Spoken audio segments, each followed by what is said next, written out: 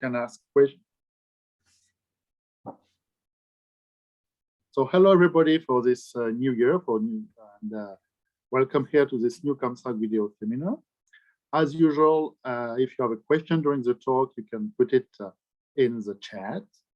And our first speaker is Florian Brandl, who is a joint paper with Harris Aziz, efficient, fair, and incentive-compatible healthcare rationing. So Florian, the floor is yours.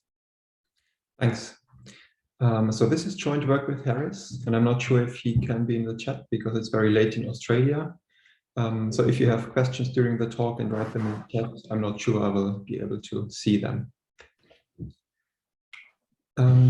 Good, so what is healthcare rationing about? So let's consider the following situation. We have some kind of medical resource, let's say vaccine doses. And this is a scarce resource. So we have more demand for this resource than we have of it. So then we have to decide who gets a vaccine dose and who doesn't. Now, one way to approach this problem would be to set up a market and let people pay for this. But in this case, it's not clear that this would be a good solution. So maybe we want to do something that doesn't involve money and instead give vaccine doses to people who need them most, or where the societal benefit would be largest if we give it to them. Now, the goal in this project is to formulate this kind of problem as a matching problem and then apply the tools from matching theory that we know to it. So our goals here will be first to formulate this problem in the language of matching, and then we want to formulate some properties of these matchings that correspond to some sensible allocations of these medical resources, and come up with allocation rules that give us allocations satisfying these properties.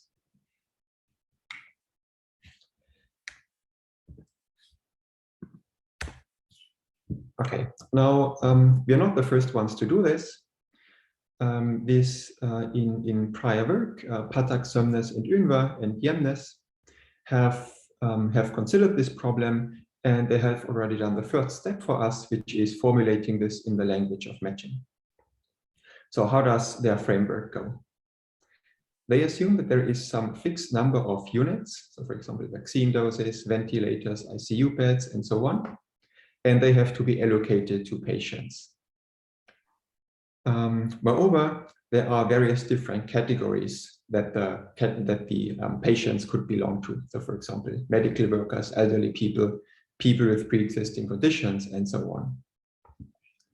Now, for each of these categories, we have a certain number of medical units reserved.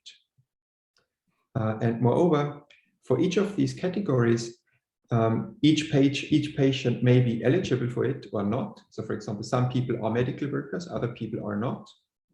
And among the people that are eligible for a category, there is a priority ranking over them.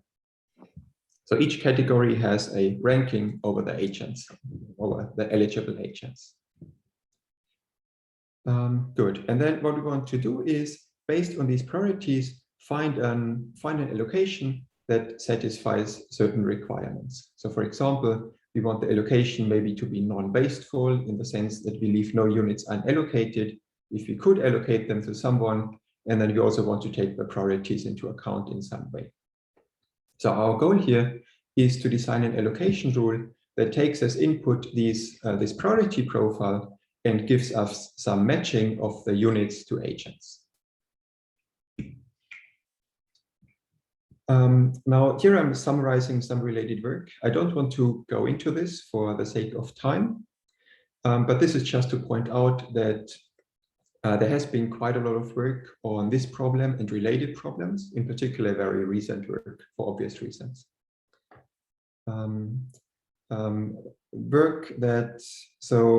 So the last two bullets here are on school choice and matching more generally. Now, if I have time in the end, I will go into how this framework would translate to matching or school choice, and how what our results would say in this case.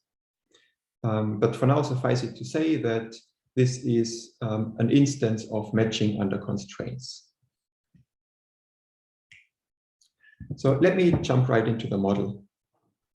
We assume that there are q identical and indivisible units of some resource. Then there is a set of agents and a set of categories. Each category comes with a couple of things. So first, it has a quota QC, which is the number of units reserved for this category. The number of units reserved for the categories are assumed to sum up to the total number of units.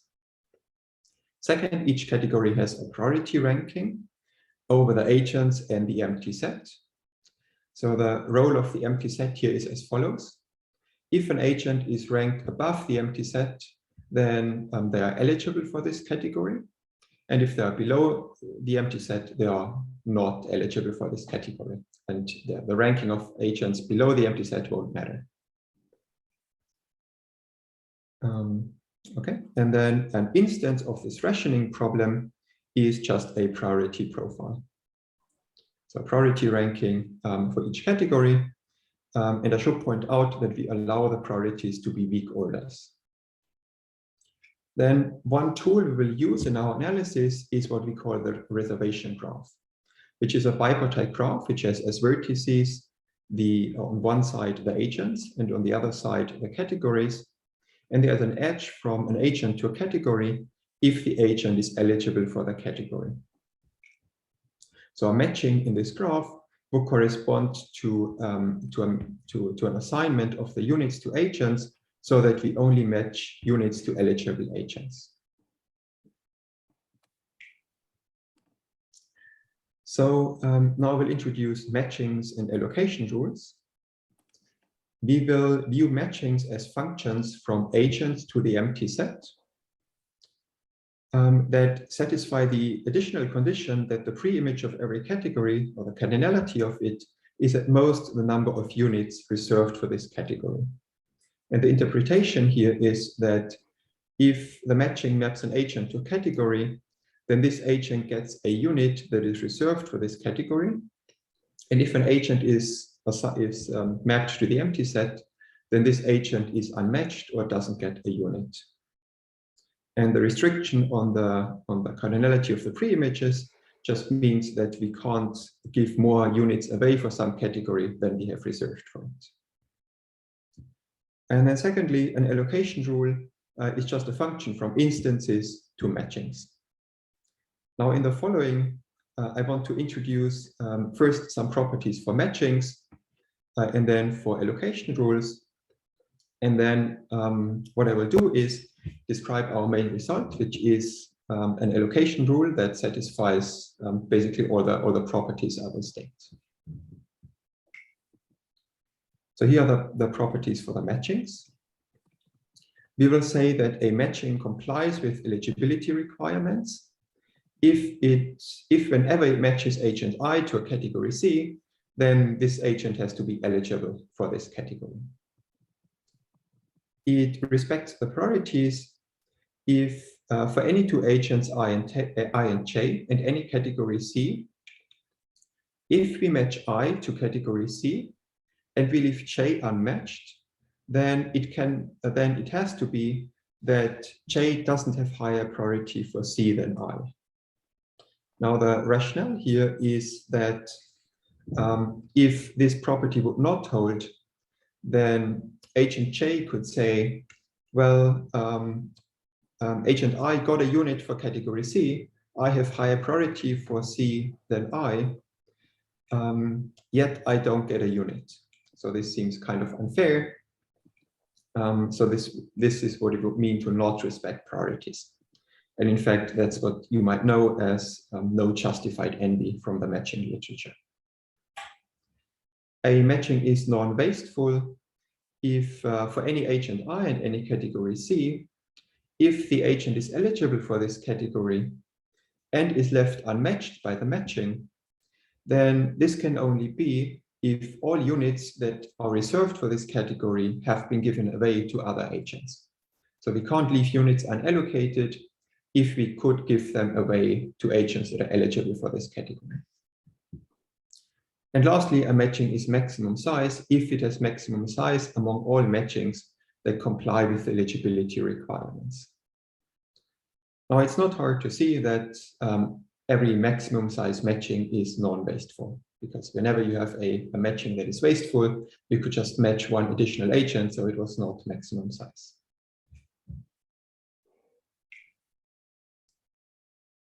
Then here is the property of allocation rules that we want to consider. It's called monotonicity in priorities, and in order to define it, I will first need to say what it means for an agent's priority to decrease from one instance to another instance. So we say that i's priority decreases if the following two conditions hold. So first, for any two agents other than I, and any category, the priority ranking between these two agents is the same in both instances. And second, if an agent J has higher priority for some category C than I in the first instance, then J also has to have higher priority than I in the second instance for that category. Okay, and similar for strictly preferred. So what this means is basically the priority of I can only go down in the priority ranking of any category, and the rankings of all other agents stay unchanged. Then monotonicity in priority says that if we have two instances I and I prime, so that i's priority decreases from I to I prime, and I doesn't get a unit in the instance capital I, then I should not get a unit in the instance I prime. And so if I didn't get a unit when they had high priorities, they shouldn't get a unit when they have lower priorities either. So here is an example to illustrate all of this. We have two agents on the left and two categories on the right, and on the far right you can see the priority rankings of these two categories. And for each of these categories we have one reserved unit. So let's see a couple of matchings. This red matching here fails to comply with the eligibility requirements because we match agent 2 to category C2, but 2 is not eligible for C2. The blue matching here does comply with eligibility requirements, but it fails to respect priorities because 2 is matched to C1, 1 is unmatched, but 1 has higher priority for C1 than 2. So 1 could complain here that they should get the unit reserved for C1. Moreover, it's wasteful because we could match 1 to C2, but we don't. The green matching here does respect priorities, and it is also non-wasteful, but it does not have maximum size. And lastly, the orange matching does respect priorities, and it has maximum size. Okay, so this would seem like a good choice in this case. So let me now get to the allocation rule that we introduce. In order to define it, I will first define what we call the reduced reservation graph. So let's say we start with some instance I and some subset R of the agents, which we'll call the rejected agents. Then we want to consider a modified reservation graph G to the minus R. And that's a graph that has as vertices all the agents that are not in R and all the categories, and then some subset of the edges of the original eligibility graph. So which of those edges do we keep?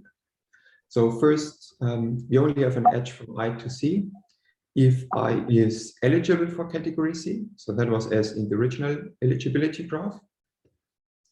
And second, we only have an edge from I to C if there is no agent in this set R, which we think of the set of rejected agents, that has higher priority for C than I. The logic here is that the we could match agent I to category C and leave J unmatched, and this triple I, J, and C would not cause a problem with respect of priorities. And this is what our algorithm will be built on.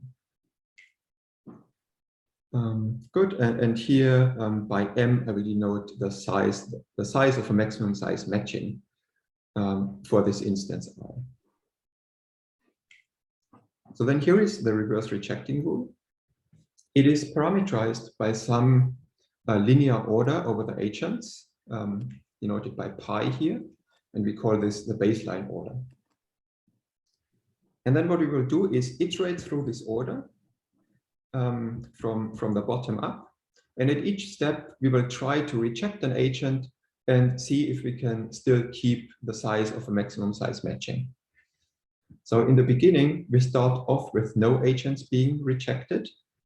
So our R0 here is the set of initially rejected agents. That's no one. And then we move from the bottom of the priority order upwards. And at each step, we check if we can add the current agent to the set of rejected agents and still keep the size of the maximum matching in the modified reservation graph. Okay, so we see, can we add the current agent to the set of rejected agents? Then look at the reduced reservation graph if we reject these agents here. If this graph does have a matching of maximum size, then we add the current agent to the set of rejected agents. Otherwise, we don't add this agent to the rejected agents. Okay, so once we are through the entire baseline order, then one can check that the number of agents we have not rejected is exactly this size of the maximum matching M.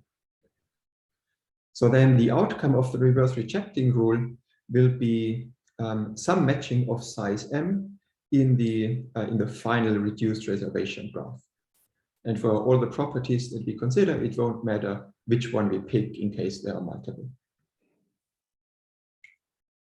So here is an example of how this algorithm proceeds.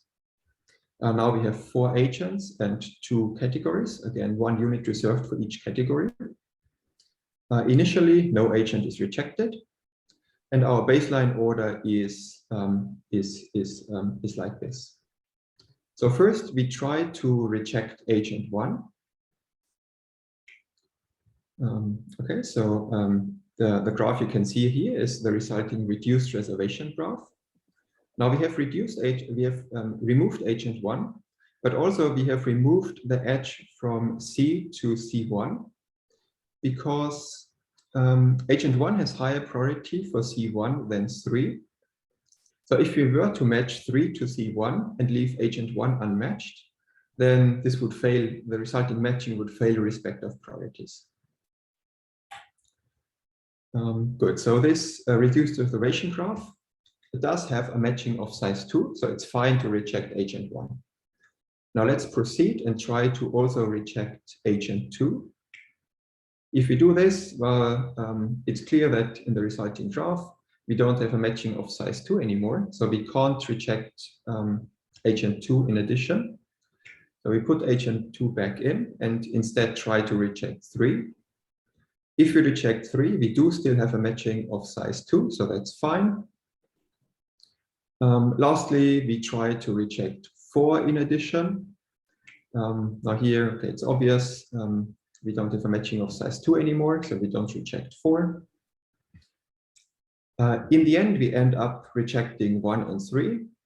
We keep 2 and 4. And there's only one matching of size 2, which is the one in blue here. So this is what the reverse rejecting rule would do in this example. Good. So now let's see what this is doing. Now it turns out that more or less by construction, the reverse rejecting rule has the first 3 properties here. So it complies with eligibility requirements because all the reduced reservation graphs are subgraphs of the graph that summarizes the eligibilities. It respects the priorities by how we have constructed this reduced reservation graph. And by construction of the reverse rejecting rule, it yields a maximum size matching. Now, what needs a little more checking is that this rule is also monotonic in the priorities. And lastly, it can be computed in polynomial time, because all we really need to do is to check whether there exists a maximum size, maximum matching of a certain size, and this we can do in polynomial time. Okay, so then let me proceed with characterization of matchings. So here is one result from the paper that introduced all of this framework, and it characterizes the matchings that satisfy the eligibility requirements, respect the priorities, and are non-wasteful. And that the idea here is we have something that looks like a matching instance. So let's apply some algorithm that we know from matching. Well, what do we know? The deferred acceptance algorithm. However, this requires two-sided preferences, but we only have preferences on one side or priorities on one side. But the agents don't have preferences over the categories. So what they do here is, let's just introduce preferences of agents over the categories and then apply deferred acceptance. And what they show is that for every matching that satisfies the three properties stated here, we can find some preferences of the agents over the categories, so that if we apply the deferred acceptance algorithm to the resulting two-sided matching instance, then we do get a matching that satisfies these three properties. And the converse also holds. Whenever we apply deferred acceptance, it gives us a matching with the three properties. Okay, so we do something that's quite similar to this. So recall our reverse rejecting rule was parameterized by this baseline order. What we show now is that if we exchange non-wastefulness for maximum size, then it holds that for every matching satisfying these three properties, we can find some baseline order so that the reverse rejecting rule with this baseline order yields exactly this matching. And the converse has been the previous statement, that the reverse rejecting rule satisfies these three properties. Good. So let me conclude by just briefly sketching how all of this is connected to school choice. So, so the way it translates is as follows. Agents in our case will correspond to students in school choice. Categories will correspond to schools. Then the quotas will correspond to the number of seats available at the school. An agent is eligible for a category if this agent would find the school acceptable. So it's a case of school choice where agents only distinguish schools between acceptable and non-acceptable schools. And then our reverse rejecting rule would yield a matching algorithm for this problem, for the school choice problem, that only matches students to schools they find acceptable, does not admit justified envy.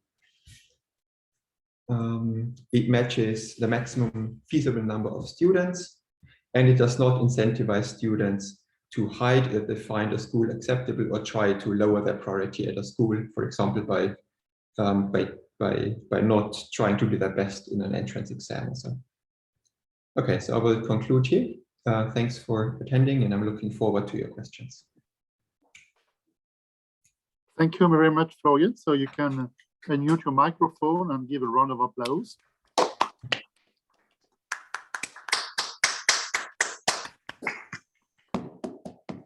So the chat has been very active. I think there was some question by Judy. Somewhere just clarification questions that have been answered. Yes, especially about the overlapping of the categories. So perhaps Judy, you have a question? Mine was really a comment rather than a question. Okay. Okay, if we go down, what do we have?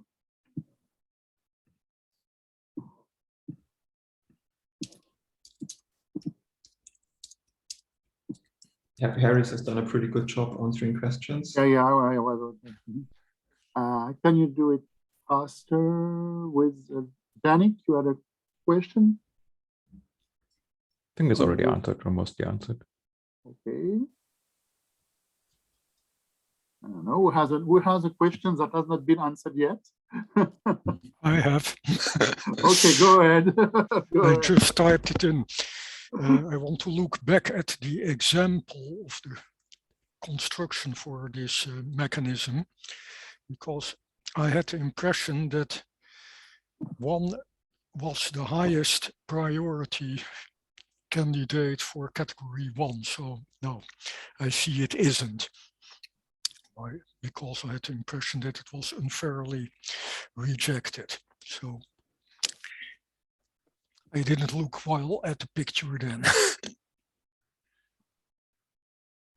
I had a follow-up question, if that's okay. Yes. My original question is, what happens if you try to disjointify the categories? You know, for example, if you have category A, category B, and some overlap, you could turn that into 3 disjoint categories. And the guess was that it would be difficult to do that in a way that appropriately respected the priority orderings within categories. But the broader point of that question is what the categories are would seem to be non-controversial if they don't overlap. But when categories overlap, what you choose to call the categories seems to be involves some freedom of choice, which would affect the answers to the problem. Yes, that's right. So how we group agents into categories, and also how we choose the quotas for the categories clearly affects the outcome. So this is really this is really something that we take as given, and obviously there has to go a lot of work into choosing the categories wisely, and also choosing the quotas for the categories. But this we leave aside here.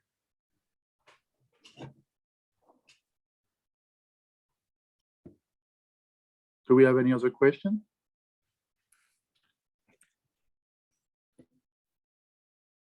No? I might have a question. Go ahead. So you're proposing to have a fixed priority order and use that for all instances, but your characterization is instance-wise, so it doesn't commit you to do that. So you could choose the priority order per instance. Do you think there will be other good mechanisms that are still monotonic?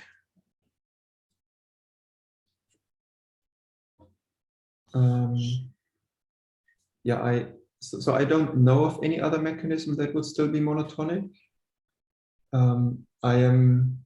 So what one could check is if we do change the priority order, if we can then construct a failure of monotonicity, but that I haven't checked.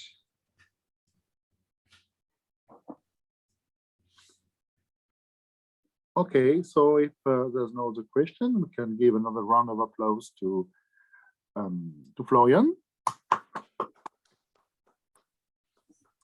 And we can go, we can have our usual break, and we will go to the different rooms for the break.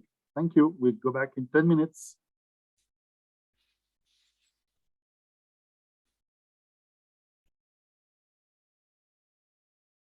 So now that William is back in his office, we can start again. And the next speaker is Maria Polukarov from London, and she will speak about multi-winner candidacy games. So Maria, the floor is yours.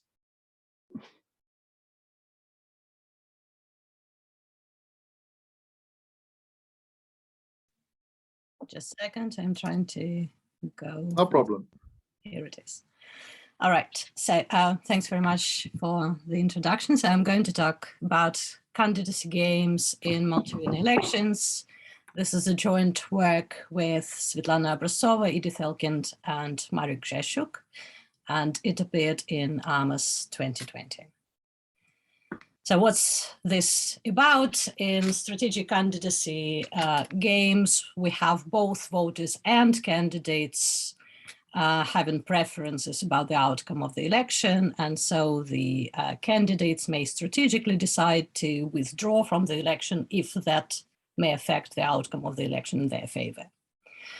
There's been quite a bit of work on strategic candidacy in single winner elections by myself and other authors. And in this work, we extend this analysis to the multi-winner election case, where we select a fixed size committee. And what we're going to do here, we're going to look at the existence and the properties of Pustrad-Nash equilibria in these games. Right, so in 2020, there was a farmers board election that happens every 2 years. And what it does, it elects 9 new board members when 9 other retire from their duty.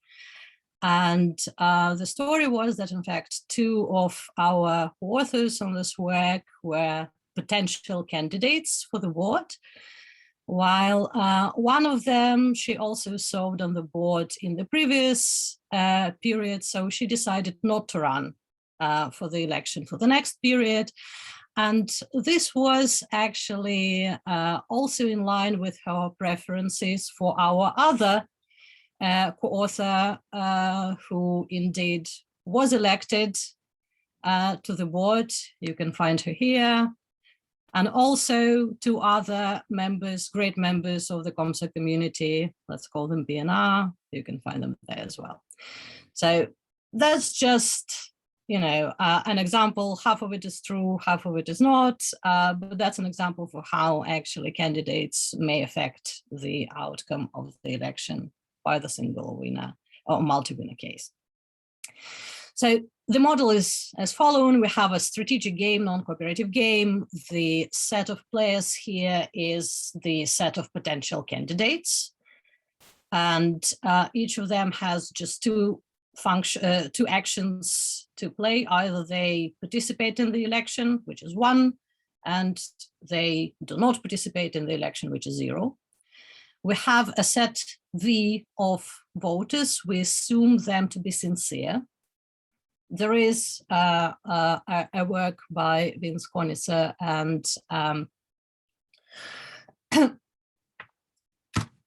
Marcus Brill, who consider the case where both candidates and voters are strategic. However, the analysis was only possible for quite ad hoc scenarios. So we're not aware of general results, more general results in this sense, and that indeed is difficult.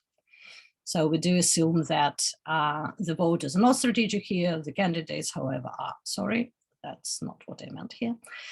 And K is the desired committee size, and we will consider different multi-winner voting rules that will output a K-size committee. When we need to break ties, we would assume some tie breaking. We give quite a bit of flexibility to each. The only assumption that we make here is that there exists some tie-breaking order of the candidates, and we break ties between the committees on in a way that if the committees differ from each other by only 1 candidate, then the tie-breaking will follow the tie-breaking of the set of candidates. If we compare 2 K-size committees that differ by more than 2 candidates, we do not assume anything in that case. So that's for our results. And as I said before, we're going to be to look at the Pustrad-Nash equilibria of these games and see whether they exist, how they look like, and so on. We consider both. We consider both approval and ordinal preferences for the voters and as well candidates. And an important difference here between approval-based and ordinal elections is that for approval elections, a voter's approval of a candidate does not depend on the set of the actual candidates that will run for the election. So whenever a candidate is on the ballot, the number of its supporters will be the same, right? While in the ordinal elections, indeed, the position of the candidate will change depending on who is running and who is not, right, in the restricted ranking.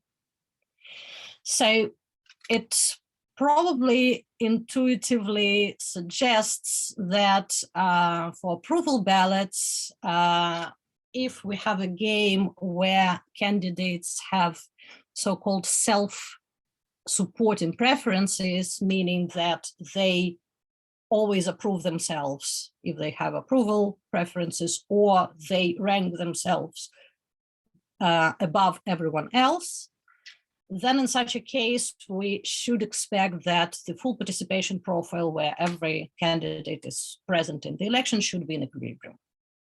Right? And we would call such state of the game, such strategic profile, truthful. We define an even stronger property of games. We would say that a game is genuine if first, indeed, the set of equilibria contains the truthful profile, and moreover, that all other equilibrium states produce the same winning committee. So in that case, we would call a game genuine, and we shall see that some of approval voting rules indeed have this property, but not all of them at all. So we look at the central class of voting rules here, Tilly rules, and these are defined by a weight sequence, so that the contribution of each voter to the score of a committee would be the first elements of the sequence up to how many approved candidates are included in the committee. Right, and we have two central representatives here, the proportional, oops, sorry, again, it's jumping. Yeah, we have the proportional approval voting here with the harmonically decreasing sequence of weights, and we have Chamberlain Grant with 1 and followed by zeros, because the voter only cares for at least one of its approved voters, candidates to be included in the committee. We also look at the sequential Tilly rules, where the committee is formed starting with an empty set, and then in k consecutive steps, we add a candidate whose marginal contribution to the score of the committee is maximal. And we show that sequential Tilly rules are indeed genuine. So the full participation profile is an equilibrium, and moreover, every equilibrium profile does output the same winning committee as the full participation profile. This, however, does not hold for a simultaneous version of Tilly rules. Specifically, what we show is that Chamberlain Grant and proportional approval voting, although they do admit the truthful equilibrium, so the full participation profile is stable, so the first part of the definition is satisfied, there may be equilibria that would have other outcomes. So there could be stable, other committees may be chosen in a stable outcome. And moreover, and probably more surprising here, is that there exist, in fact, approval rules for which even the first part of the definition does not stand. So the full participation would not be stable. So we looked specifically at the minimax approval voting. That's a rule that is based on the egalitarian principle, and it aims to minimize the maximal symmetric difference between the committee and the set of approved candidates for each voter. And this is true, in fact, even for the size committee 1. So even for the single winner case, we have an example with size of committee 1, just 3 candidates. And we have 3 voters whose preferences are here. So the first voter approves on the candidate C, the second voter approves on the candidate B, and the third one on the candidates A and C. And what happens here is that if all 3 candidates do run for the election, then the score of candidates A and C would be 2, and the score of candidate B would be 3. So by this rule, we have tie between A and C. If we break it graphically, then A is the winner. However, if candidate B, who is not tied for winning, if they prefer C to A, they may consider to withdraw from the election. And what happens then, it will leave candidate A with a score of 2, while candidate C will have a score of 1. And so it will win in a strong sense. So candidate B, by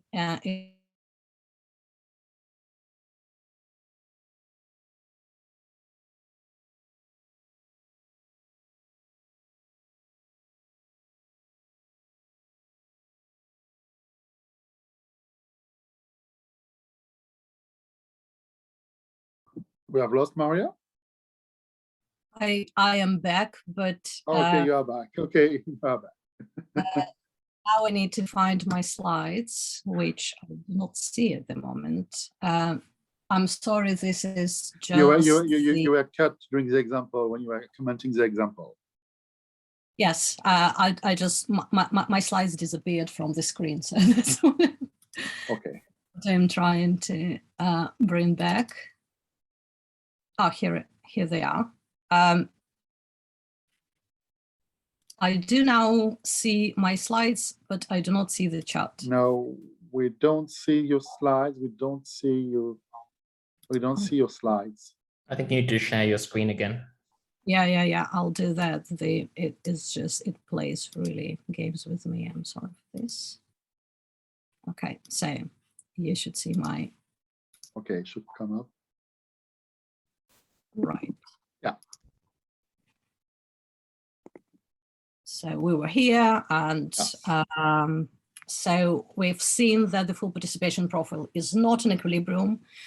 If we also look at the profiles that include only single candidate, they're not stable as well, because some other would like to join. But the strategic profile where A and C are active candidates and B is out, the one that we actually used for the example, is indeed stable. However, we do not know if pure strategy Nash equilibrium exists at all in minimax approval voting, even for the single winner case. So that's still an open question. But what's important here is that indeed, unlike the intuition says, the full participation with approval voting, even with self-supporting preferences, does not have to be stable. So I'll move to the ordinal elections now. And here, indeed, the things are even more complicated. Pure strategy Nash equilibria may fail to exist. So we know from previous results that in most voting rules, in fact, we will not have a pure strategy Nash equilibria. This was a result due to myself, Jerome Lang, and Nicolas Maudet from ICGT 2013, I believe. And however, in that paper, we also show that in the presence of candidacy winner, so this is for single winner elections, in the presence of candidacy winner, there would be a pure strategy Nash equilibria for candidacy consistent rules. And in another paper with Svetlana Abrasova, Edith Elkin, and Zinovy Rabinovich, Ishka 2015, I guess, we showed that the presence of a Condorcet winner also guarantees the existence of an equilibrium for plurality. So in general, we do not have a pure equilibrium with Condorcet winner. We have it for Condorcet consistent rules and for plurality. The question is whether we could extend these results to and get something similar also for multi-winner elections, because we can see some multi-winner voting rules can be seen as generalizations of particular single winner rules, and we'll do it now. So we consider Chamberlain Grant ordinal version, and we'll look at different variants of it.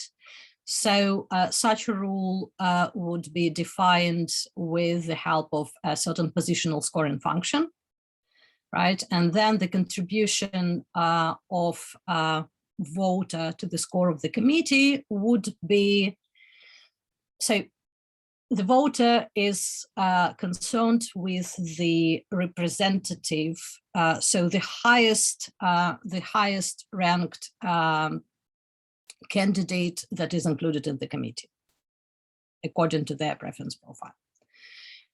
And there are different variants of it. So in border Chamberlain Grant, the contribution of a voter would be the border score of their best candidate in the committee. For KCC, it would be 1 point if there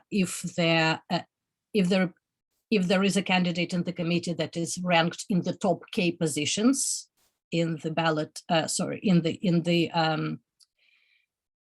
in the voting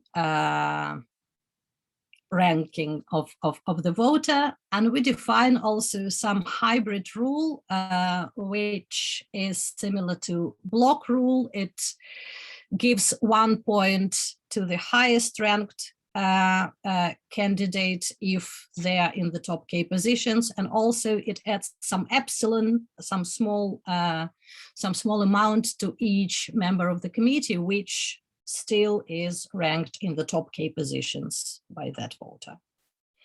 So this is something in between there, and we'll look at these rules. And what we show is that if the positional scoring function is so that it's the same for the first and the second position, and we have the size committee at least 2, then such a rule will have a pure-Nash equilibrium. We give a constructive proof. Basically, what we show is if we look at the tie-breaking rule over the set of candidates, the one that we assumed we may have, and we take top K candidates in this order. This will be the set of candidates that will be stable to deviation. So if these candidates are running for the election, they will form, in fact, the winning committee. None of them will want to ditch the election, and no other candidates will want to join. And what's important here, that in particular this holds for the KCC rule. And KCC rule can indeed be seen as a generalization of plurality for the multi-winner case. So the negative results from the single winner elections to multi-winner elections under the agreement that KCC is a generalization of plurality does not extend. So that's this is good news. For other rules, though, this was not so simple. So we had to look indeed at more restricted cases. And we looked at the existence of the Condorcet winners. We have to extend the notion of having a Condorcet winner for multi-winner elections. There have been several attempts to do that. We used probably most intuitive one. So we consider a sequence of Condorcet winners, which is formed in the following way. We take a Condorcet winner, which is the winner in the whole profile, we remove them, and we look at the Condorcet winner in the reduced profile, and so on. Right. And then we tried to prove the existence and see the properties of equilibria for rules that have a sequence of at least k Condorcet winners, because k is the size of the committee. And in particular, we looked at the generalization of maximin rule, which is a Condorcet consistent one, to k maximin for the committees. So we look here at the pairwise election of a candidate C against any other candidate outside of the committee. We take the minimum of the supporters that rank C over K, and then we take the minimum over all possible candidates, and that's the score that we want to maximize. Right. And what we go back. And what we show here is that indeed the K maximin with K sequential Condorcet winners has a Pew-Strauss-Nash equilibrium. Again, the proof is constructive, and the very set of these consecutive Condorcet winners forms the set of actual candidates in the stable profile, and also the winning committee. However, for the single winner case for Condorcet consistent rules does extend at least for maximin. We don't know for others. For plurality, though, it's not the case. If we look at the block rule, so that's the rule where each voter gives 1 point to each candidate that they rank in the top K positions. That as well can be seen, although it's different from KCC, but in some way it also is a generalization of plurality, in the sense that in plurality for single winner elections, each voter has kind of an ideal candidate they want to be elected, right? So they give them 1 point and 0 to every other.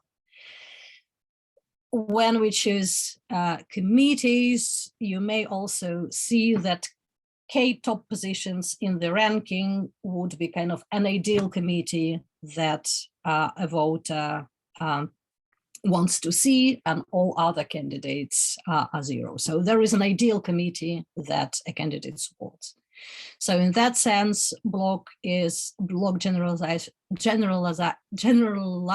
my God, plurality. And what happens, though, that even when we have K sequential Condorcet winners, we may not have a Pew-Strauss-Nash equilibrium in this case. Our initial counter example here was huge, but in one of the iterations of the paper, an HK reviewer simplified it very much. So if they're here, thanks a lot. That made it, I think, reducing from 56 voters to 15, and that's a great deal, or 13 even. So some results do extend, some results do not. And based on this negative outcome, we decided to look even at even more restricted preferences, and single-peaked preferences for voters usually do give hope. And for this case, we looked at the family of what we called top K counting rules. So these are rules in which a contribution of each voter to the score of the committee would be some function of their top K candidates which are included in the committee.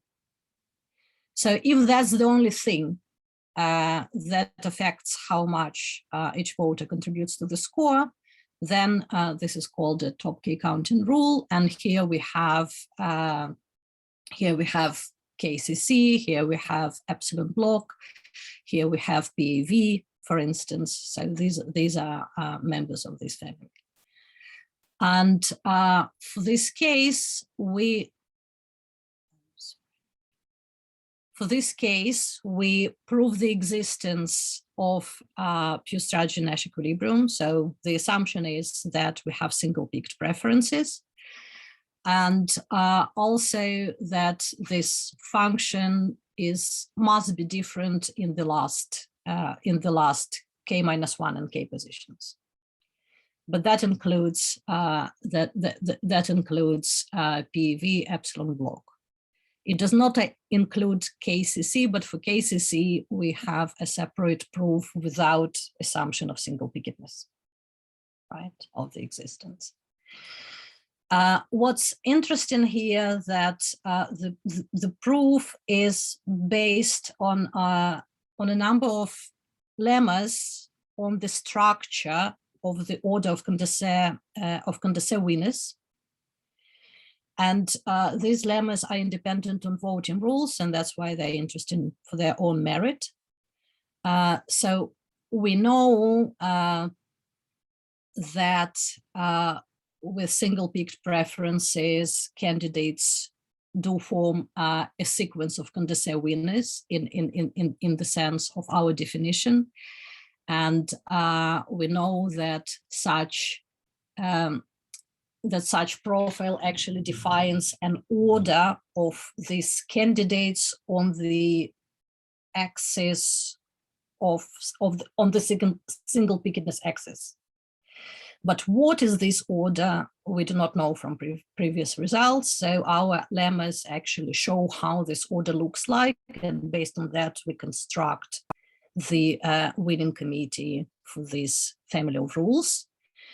So what it says actually that when we have the winning candidates for the largest candidate set, there will be somewhere in the middle, and then there would be concentric sets of Condorcet winners for reduced sets. How they're permuted around, that does not matter, but we have the first one in the middle, the second one around in different proportion to this or another side, that does not matter. And we also know that if we have, so in this sequence, if we have Condorcet winners who are single, then there would be strong Condorcet winners. If we have a few, there will be weak Condorcet winners. So if in some point we have more than 2, 3 or more Condorcet winners, that apparently may happen only when the whole set of candidates are present. For all Maja, yeah. Maja, I think we're running out of time, so could you? Yeah, I have exactly one slide left. Thank you. And for others, we either have a strong Condorcet winner or just 2 in a tie. On a negative side, even for those cases where we do have an equilibrium, these games are not genuine, even though K-Maximin, in fact, has a truthful equilibrium. And that is all. I'm happy to talk about future work. Well, thank you very much, Maja. There is a question about that. We can unmute our microphone and give a round of applause to Maja.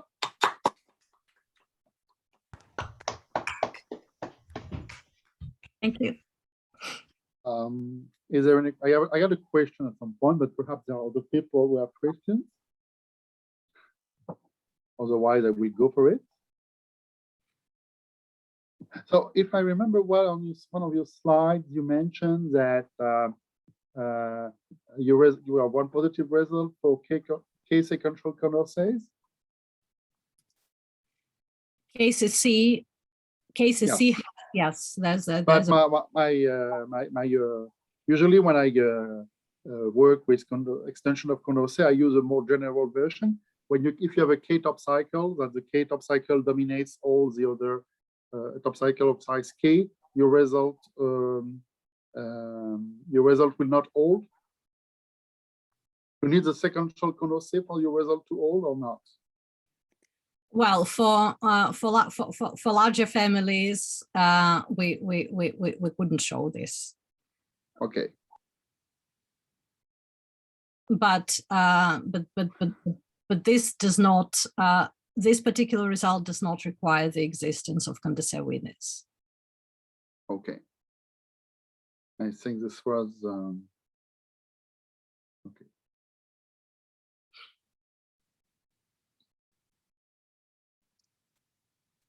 So that's actually interesting that there is some separation there between single winner elections and multi-winner elections.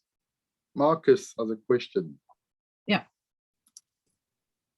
Hi, I just wanted to ask, you showed us this one example about max-min approval voting, and you used it for k equals 1. And I'm just trying to think in my head, like, is there like a nice description of what this rule does for k equals 1? Because it's not the same as approval voting, right? Which is kind of weird for a multi-winner rule, that if you reduce it to k equals 1, it's not just doesn't count approvals. So is there any nice description of what it does, or you just go through the definition and the minimax approval voting? Well, it may have indeed be a bit artificial to take k equals 1. It works for the meta as a counterexample. I probably don't have a good, because yeah, we want to minimize the maximal symmetric difference, and if we only choose one candidate, then that probably is not that important, but you can extend, if you want, you can extend the example artificially to more than one size committee. Is just simpler to work with it this way. Okay. Thanks. Okay. Good. One more question? No?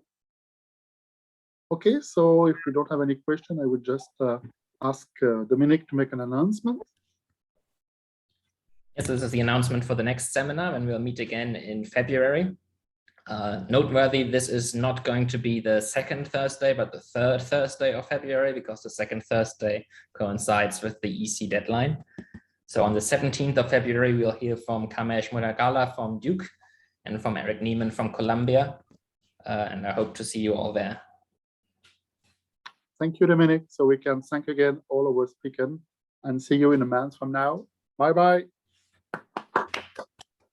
Bye-bye.